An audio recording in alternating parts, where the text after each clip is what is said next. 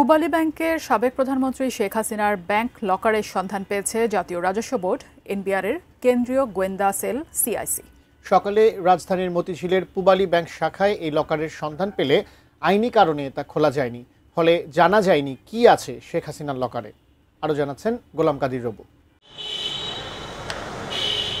পূবালী ব্যাংকের মতিঝিল কর্পোরেট শাখা, সেখানেই এনবিআরের কেন্দ্রীয় গোয়েন্দা সেল বা সিআইসি সন্ধান পায় ক্ষমতাচ্যুত প্রধানমন্ত্রী শেখ হাসিনার ব্যাংক লকারের সন্ধান। লকার নম্বর 128। একই ব্যাংকে শেখ হাসিনার নিজ নামে একটি 12 লাখ টাকার এবং যৌথ নামে 44 লাখ টাকার দুটি এফডিআরেরও তথ্য পায় এনবিআর। গোয়েন্দাদের কাজ তো গোয়েন্দারাই করে, এটা তো গোয়েন্দাগিরির মতোই, এটা তো আর ওপেন হয় না। এমন ব্যাপারটা এমন যে ইভেন আমার নলেজও থাকে না, গোয়েন্দাদের কাজই এমন। অনুসন্ধানের আগে শেখ হাসিনার লকারের তথ্য দিতে মঙ্গলবার সব তফসিলি ব্যাংকগুলোকে চিঠিও দেয় এনবিআরের এই গোয়েন্দা সেল। এর আগে শেখ হাসিনার ব্যাংক হিসাবও জব্দ করা হয়। আইন মোতাবেক জব্দ লকার খুলতে গ্রাহকের উপস্থিতি দরকার, কারণ লকারের দুটি চাবির একটি থাকে গ্রাহকের কাছে, আরেকটি ব্যাংকের কাছে।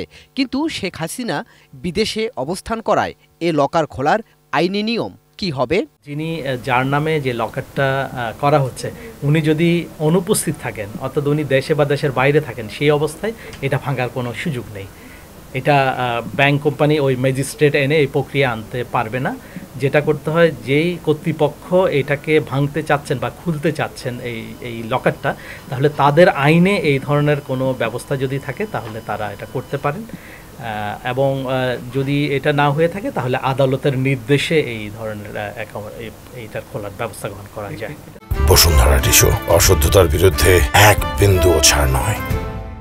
বাংলাদেশ ব্যাংক বলছে, লকারে কি আছে তা না খোলা পর্যন্ত নিশ্চিত হওয়া সম্ভব নয়। তবে যাই মিলবে সবই জমা হবে রাষ্ট্রীয় কোষাগারে। দিনক্ষণ ঠিক করে ঘোষণা দিতে হয় এবং এটা ম্যাজিস্ট্রেটের উপস্থিতিতে এইটা খোলা হয়, এবং খোলার পরে এটার একটা জব্দ তালিকা তৈরি করতে হয়, কি কি জিনিস পাওয়া গেল।